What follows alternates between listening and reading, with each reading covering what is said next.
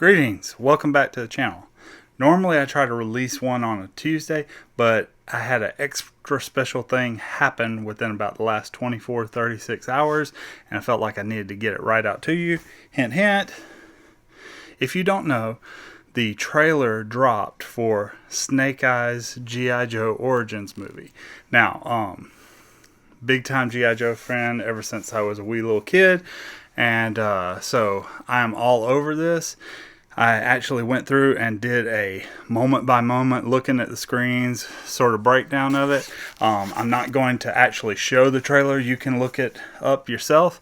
Want to give a shout out to my cosplay buddies from the Fightin 788. We're a G.I. Joe cosplay group and been to a few conventions with them, but my hoodie is a little hot because I'm in the south and it's been humid today. So without any further ado, let's go ahead and get into it. So I'm just going to break down through this what I see.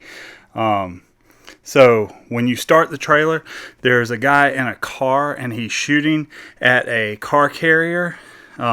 He's on the left side of the vehicle, so it kind of makes me wonder, is this Japan, this a right side drive automobile, or is he just being really awesome and, you know, doing one of those action movie things of firing out the driver's side? So then it merges from that scene to continue into there's actually a melee sword battle on top of the car of the car carrier, and it's 3 versus 1, soon to be 4, because there's another guy running up. The guy that's the one appears to be Henry Golding, I believe is the guy's name, that plays Snake Eyes character. And then it eventually gets down to where it's it merges down to where it's a 1v1 battle. They still appear to be moving on that car, and they're not in the iconic costume, so I'm kind of speculating that this might be prior to him actually joining, or maybe it's after the fact and he just happens to have to go after it without actually getting geared up and suited up. Okay, continuing on. Then we see a new character in terms of being introduced in the G.I. Joe verse. There's this lady that is in white and black. Did a little bit of research from the toys and such, and her name is Akiko. Sorry if I'm butchering the pronunciation, but she jumps from a motorcycle up into what appears to be the same 1v1 battle on top of the car carrier. Then it shifts to a fourth scene where now the Snake Eyes character is in the right hand seat of a car. And at first I thought in the foreground there was something that suggested that he might be in the driver's seat, so that it was a right hand drive vehicle, but later it doesn't appear to be that way. But then right next to him in the other seat of the front of the car is someone who's in all white gear, and so we can probably assume that that's Storm Shadow, and it kind of looks like him. And so then they do a handbrake 180 turn and throwback to the original Snake Eyes that we first started out with, who wasn't a ninja, he was just a commando. He pulls the Uzi and he's firing at an SUV that is behind them and basically takes out the SUV with an Uzi. Nice action movie moment there. Then it shifts to a fifth scene, and we have the Snake Eyes character who is descending into a cavern, and it has all these like portcullis grate gates on the different openings. He starts to get into a stance to face something that seems like it's coming through this newly open gate behind him. And the voice starts out saying, "Every warrior has a beginning." He doesn't have a helmet or totally the suit with the body armor plates at this point. Then there's a this summer letting us know that they bumped up the timeline from October. Now it's going to be the summer. Then they start with what looks to be probably the Arashikage dojo and complex. There are 4 main characters facing Snake, and then 11 or 12 observing from behind, and about 6 fully geared up ninja around a central courtyard area. And they say, for 600 years our ninja have brought peace. And then it goes to a close-up of the 4 that were on the platform facing him.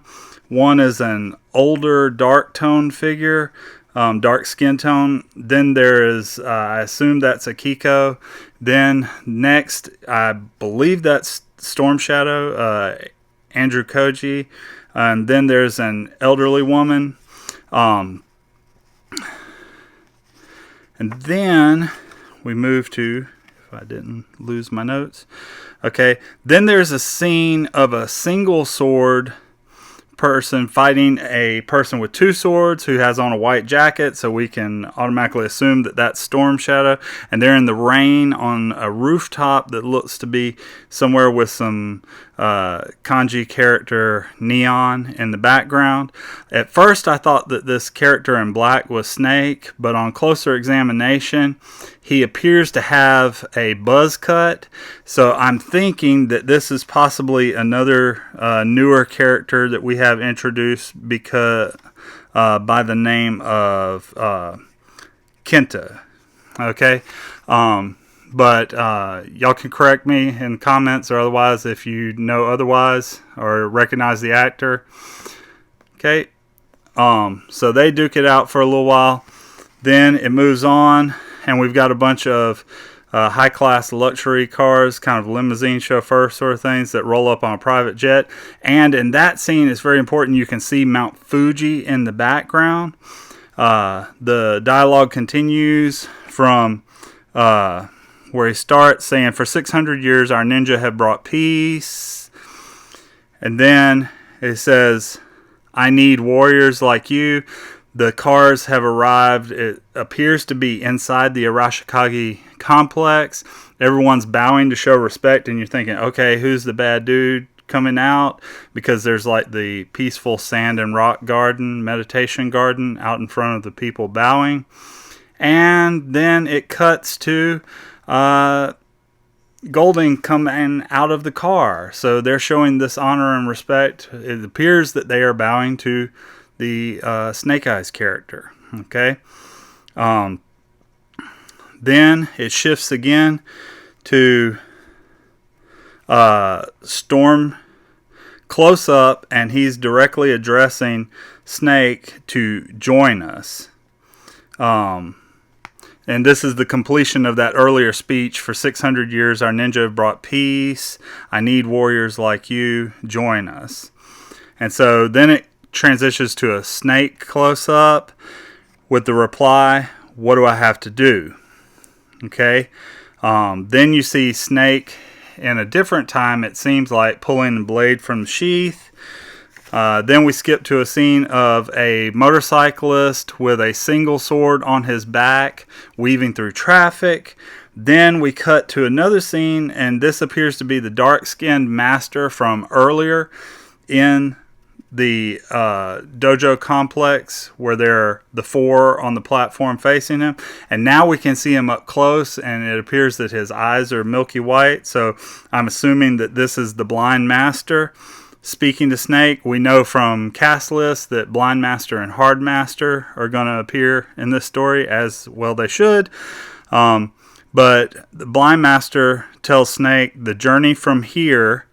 He starts off a speech, the journey from here, and we see a pathway that has the traditional stone lanterns of Japan along the trail.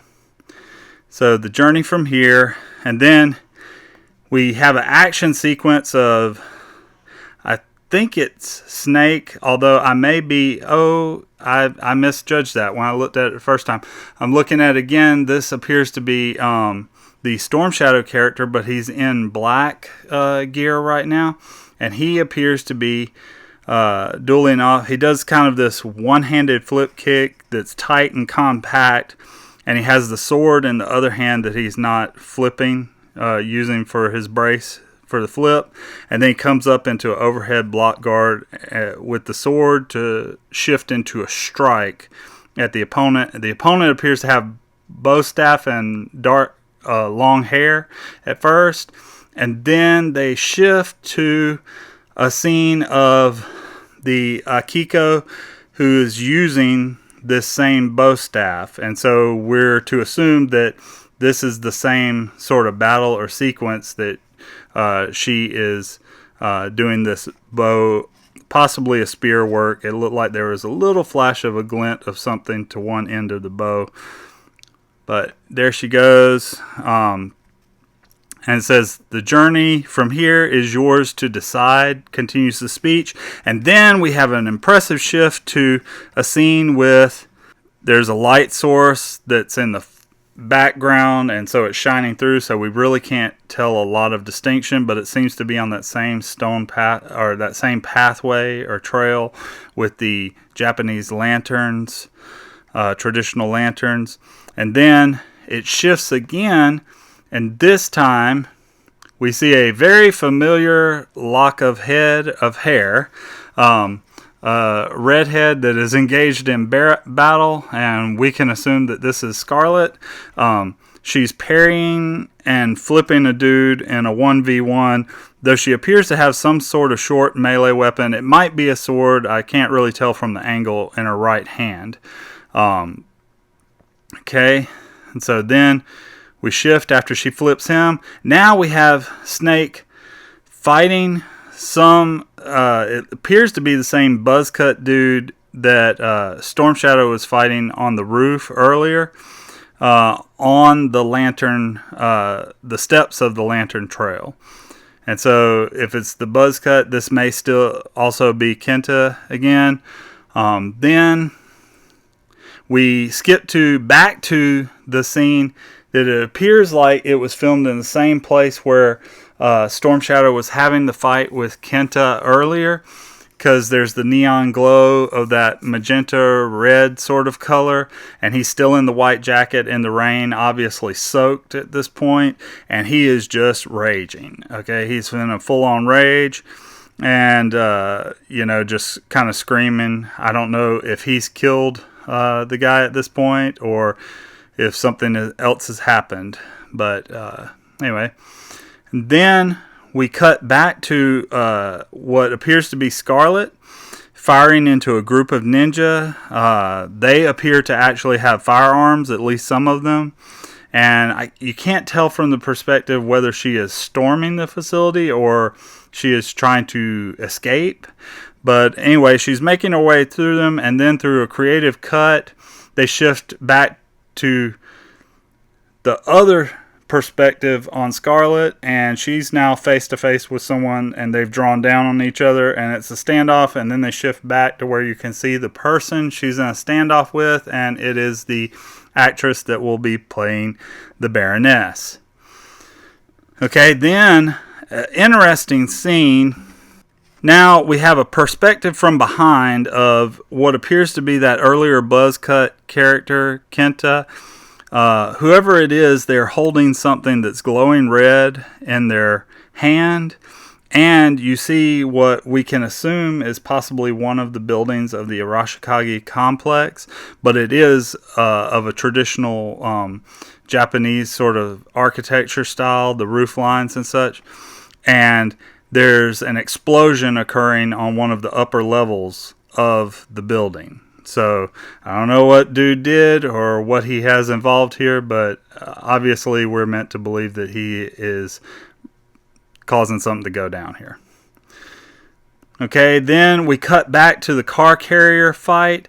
We have two individuals. One appears to be the Snake Eyes character, and they leap towards each other from the top of two cars over the car carrier. So I'm not sure how they're going to resolve that. It's just one of those nice dramatic shots.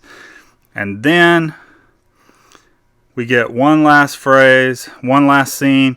It shows a close-up of the top portion of a helmet visor that resembles the modern-day Snake Eyes version with the grooved visor. And it's sitting, looks like it's sitting on a table or sitting there, and pans around as he's saying, but that is just the beginning.